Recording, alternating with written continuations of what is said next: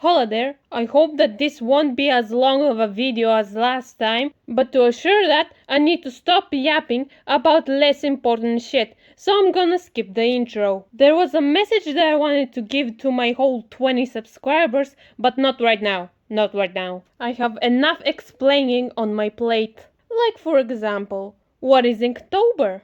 Inktober is a challenge where every day of the month of October you must do an ink drawing based on a certain theme. The challenge of drawing every day plus the reward of seeing what other people made with the same theme made Inktober very popular. Like with anything else that is popular, Inktober has got itself a few copycats. There is Cringetober, Goretober, Clowntober. I think there was even a Cheesetober, but I don't remember. The unique thing about them is that they all have a unique theme that the drawings revolve around. For example, in Goretober, every drawings need to revolve around gore. There are many different tobers to choose from. One such tober is the Spamtober, where you have to draw a Spamton every day of October. Now, there is something that always bothered me about Spamtober, and that it's on October. Inktober was on October because ink is similar to oct. The challenge doesn't specifically have to be on October. There isn't anything particularly special about October. Spamtober and every other month drawing challenge are on October because Inktober did it first and it's on October. So it really bugs me that Spamtober is on October when it should clearly be on September because spam is similar to sept, not oct. It should be Spamtember. But anyway, as the Jevil fan club president and Jevil's most devoted cult follower, I wanted a slice of that pie. But instead of Spamton, I wanted to draw Jevil every day for a month. But instead of October, it will be in the month of January. Mostly because Jevil and Janu are very similar words, so Jevilary would slide right off the tongue. But also because I did not want it to be Jevtober. Why did I not want to be Jevtober? Well, not only is it hard to pronounce, but Jevtober to me sounds very similar to Chiftosa. What is Chiftosa? Well, Chiftosa is the Bulgarian word for animals breeding. But don't worry, it's also slang for people humping one another or having sex. So yeah, I don't want that associated with Jevil. I know that it doesn't exactly sound like that and that everything is slang for sex these days, but it really reminds me of that word every time that I hear it. So if I have the chance to change that word, I'm gonna take it. But if you really wanna do this challenge on October, fine. Both January and October have 31 days. You just have to wait for a whole year. And please, call it Jeviltober or something. Okay, so now I'm going to tell you guys what each day's theme is, and not only that, I'm also going to explain what it means and what it has to do with Jevil. Now, you might think that it's a bit unnecessary, since most people don't need this to be explained to them, but listen here, you heartless bitch! I am a poor starving boy, and you dare deprive me of the porridge? The porridge of yapping? I didn't think so. I have needs, thank you very much. So anyway, let us begin with day number 1, greetings. These greetings might mean you saying hello to this new challenge, or us welcoming in your way of drawing Jevil. Or it could also mean hello to the new year, since the new year was like 2 feet ago. Day number 2, sleeping. We know that Jevil is a sleepy boy, so draw him in a very adorable sleepy pose. Day number 3, court times. This was before he learned the truth and got insane, when he was just working at his job. Day number 4, years alone. He spent an unbelievable amount of time in his freedom being away from everybody else, and he admitted that it gets pretty lonely. So why not portray his loneliness? Day number 5, arson. These curtains are certainly on fire. We love seeing Jevil cause some damage. Day number 6. Chaos. Now, that might seem a bit vague, but you could try doing some Einstein style. And if you don't know what that is, it's very bright, very colorful, and very a lot. Day number 7. Carousel. Even though Jevil is a jester, he oddly has some circus and carnival theming, I don't know why. I get really annoyed whenever people keep calling jesters clowns, but it's in the game, so maybe Jevilary might need to get one of those inaccuracies. Day number 8. Games. Jevil is all about games. But don't think that this is his numbers game. This is just a regular game that he plays. His numbers game is reserved to day number 9, murder. Now that's where we're at. Day number 10, plushie. Jevil has an official plushie. You can draw that, or you can draw a design that you thought up with. Day 11, with Sham. Jevil and Sham are often drawn together. It can be a ship, or them being friends if you want to. Day number 12, dancing. Look at that mango. Now look at that mango. Jevil indeed has some moves. Day 13, card design. Portray Jevil how he would look like as the Joker card. Day 14, second Joker. A deck of cards has 2 Jokers, so Jevil has a family member that we are going to see.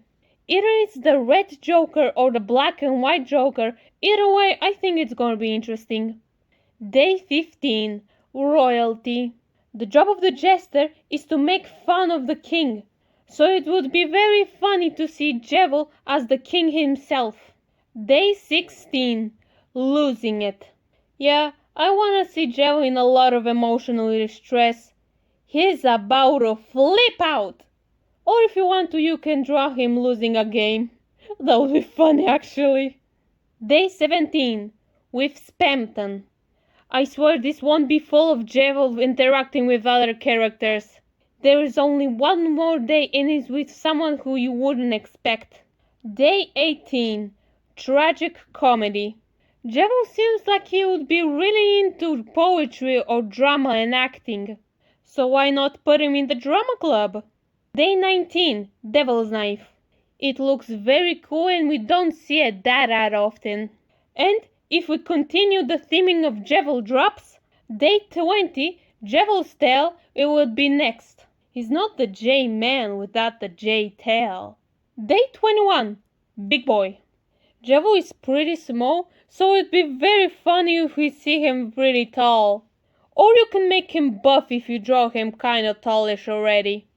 Day 22, with you. That's right, Jevil will be interacting with the person who drew him all month long. Since Jevil is so meta, he would probably hang out with the person who draws him like it's no big deal, even though they are technically a god over him. And I definitely added this for meta reasons, and not because me and my friend often draw ourselves hanging out with Jevil. No, you're mistaken. Day number 23, cross-dressing. I don't know why, but it seems like everyone has drawn Jevil in a dress at least once. I even headcanon him as by gender. There's just something about him, I guess. But if you don't like this and you want to continue gender roles, then you can do day 24, gentleman. You can put him in a suit. Day 25, little glutton. I think Jevil deserves a tasty treat. Every homie likes around Jevil. I will personally feed him myself. Day 26, hurt. Listen. I wanna see him hurt, okay? No one before me had the idea of making Jevilary, so you're stuck with the creator being a sadomasochist. He's gonna bleed alright.